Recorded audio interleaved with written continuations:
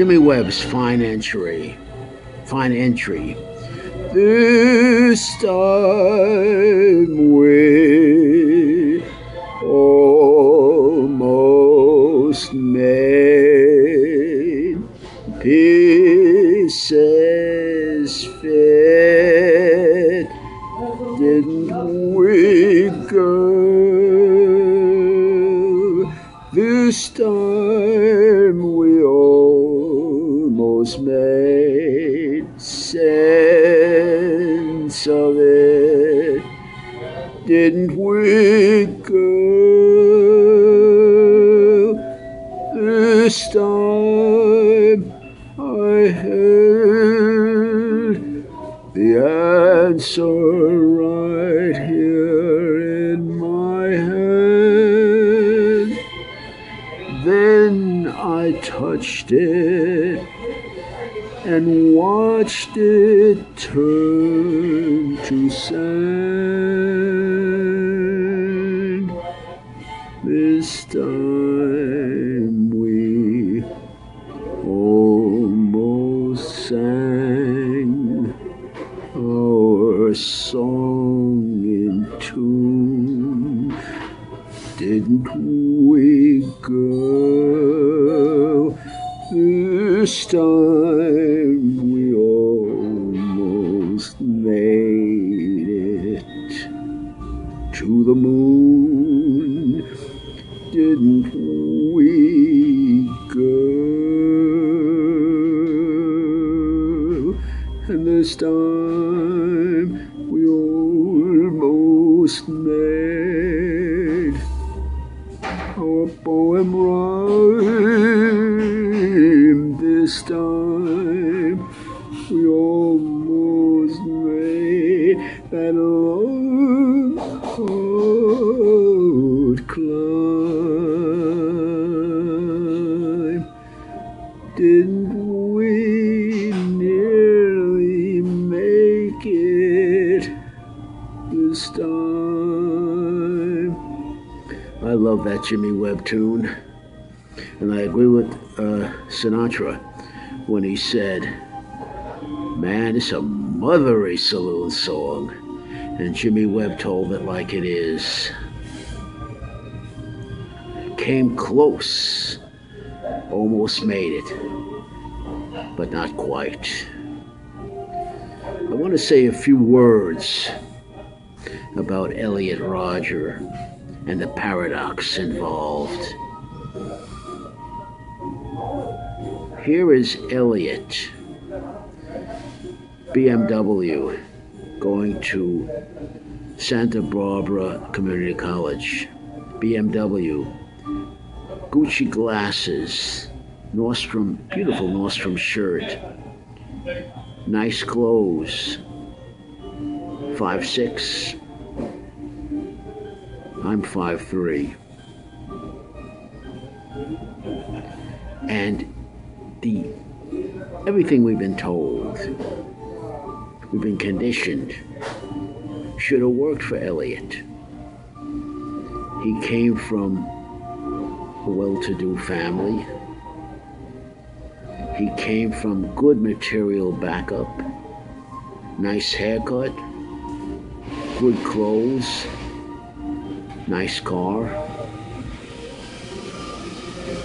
What happened? What happened? He was consistently outclassed by obnoxious brute jock in a t-shirt with long hair. No critique on long hair or anything. No critique about that. But he looked like a bum. He looked like a slob. And here's Elliot, an elegant gentleman, a classy gentleman. Talk nice, behave nice. Contrast that to the obnoxious brute jock who was abrasive, arrogant, aggressive, heinous talking. And this is the one, the tall blondes, using them as an example coming from Elliot's point of view. threw themselves at, and they pass over a gentleman, a classy guy like Elliot. What's going on here? Something wrong here. Something wrong here. Because the book tells me Elliot should have prevailed. The book tells me that.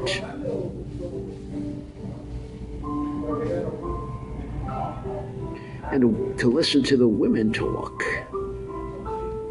Elliot should have prevailed. He's a gentleman. He has a great appearance, come from a great family. Material backup is what I'm talking about. When I say great, I mean material backup. All the things we've come to think about and been conditioned to think about in this society as an advantage. What happened? What in the hell happened that shouldn't have happened, according to the book? This is where we have to look to Dr. Freud for an explanation. And the explanation is very simple. And it goes to the hot genital strivings nobody talks about. The foundation, the brace behind the appeal out there. When I say the TDH look better than Elliot, what I'm saying effectively is they look to the woman like they can throw a better fuck than can Elliot. Elliot looked like a sissy. Elliot looked scared. Elliot looked like he have no confidence. You see. And here come this brash, brute, obnoxious jock with arrogance, with physical appeal. And there's your answer. There's your answer. If that's true, if what I'm saying is true, why in the hell do we alibi about it? Why don't we come out front with it? Why the hell do we alibi about it? By the book, Elliot should have prevailed. He had all the accoutrements. What happened? What are we overlooking? What are we being a hypocrite and a phony about? The hot genital strivings and our concept of the women. We've been told a man like Elliot's been misled all those years. It said the women are compassionate, nurturing, and they can potentially give a mercy fuck, a compassion fuck for humanitarian reasons. But in Elliot's case, he's a nice looking kid. Now, in the case of someone like me, I'm 5'3", but I'm an old man, so I'm finished, it's over. But if I was young, 5'3" ugly man, not prepared, not in shape, I can understand. Justice has been done. It should go to my better looking, better appealing, better talking, from the hot genital strivings point of view. Then I and my ilk, the short, small, ugly man, with no appearance and no personality, I could understand that. That makes sense. If I were a woman, I'd behave the same way. I wouldn't choose me when I could choose an obnoxious brute jock who looks like he can throw one hell of a good fuck. He has a personality, and the personality is nothing but his aggressiveness, his jock arrogance. Period. All the things we've been told should disqualify him, and all the things we've been told should make Elliot a winner did not. What went wrong? We've been handed a bill of goods. That's what I'm saying. We've been handed a bill of goods. And Dr. Freud got it right, if I understand him correctly. It's the hot genital strivings and the greed principle that underlies everything, man. That's where Elliot got it wrong. There's no entitlement. I don't care what you do. I don't care how you come in. If you can't sell it, if you can't get in the arena and fight like dog down and do battle out there where it counts and prevail, you're finished. Don't come to me with any tears. Don't come to me crying justice has been done. You don't like it? That's tough. That's how the game is played. How do you like that? Nice guy finished last. Women are compassionate and humane is the biggest lie ever been told, because it belies the greed principle. What's in it for me, here and now? What have you done and what can you do for me? Right here and right now. Show me, don't tell me. A value for a value. Put up or shut up. You have to win your individuality right out there in the battlefield, in the hot crucible of hell, or lose it. You have to circulate and do it on your own, or lose it. That's where Elliot made his mistake. I'm using Elliot as an example to make my point.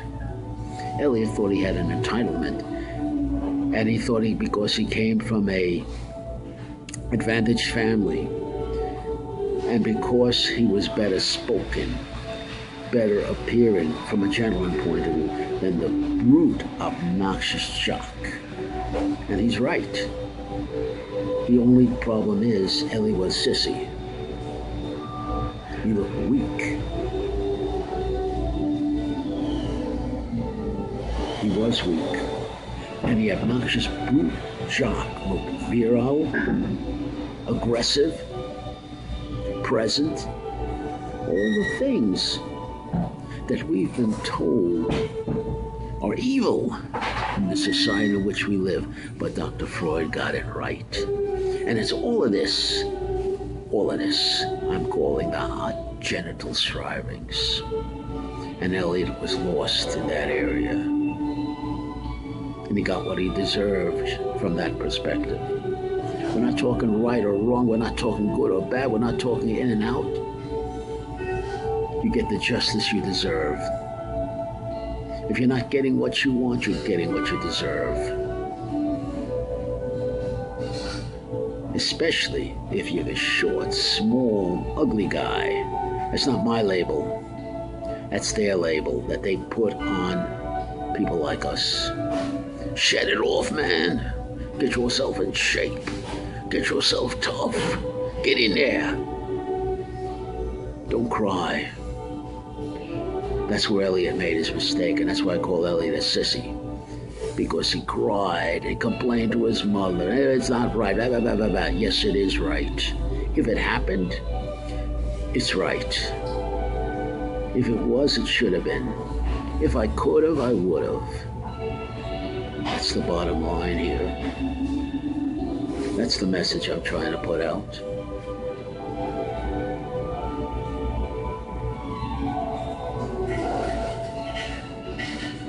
The world's a cold-hard motherfucker that doesn't allow for alibis, excuses, humanism. I'm okay, you're okay. You win, I win. That's why I like the Trump. He's a cold bastard. Socialist, he's a cold bastard. But he represents the reality I'm talking about right here, and I think he's got it right. That's why I don't like Bernie Sanders. He's talking castles in the air. He's talking dreams. And all he's doing is pontificating promises he can't deliver. Now he's adding to the frustration, desperation of the disenfranchised who are going to say, you told us you would do this, Bernie. You told us that. And now we want it. Put up or shut up, Bernie. You told us that. Well, Bernie meant well, but who foots the bill? The Trump understands that. It's all the deal. It's all the deal. Do it to him before he does it to you. Anticipate. Look far down the road. Prepare for the worst.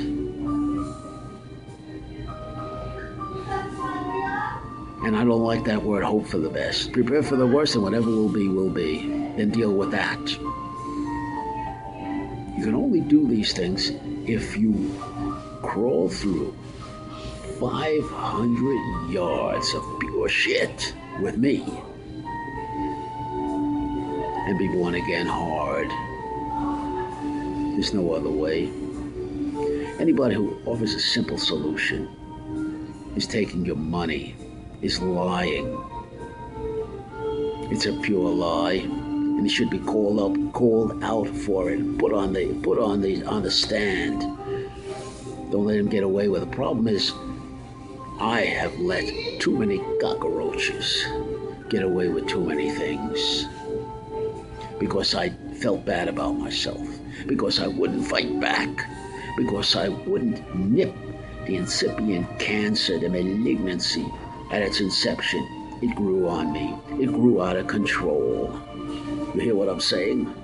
It grew out of control.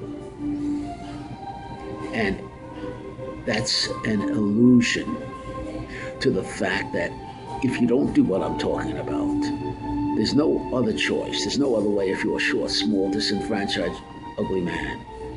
You're going to watch yourself spiral downhill in no nice way. And that's the cancer.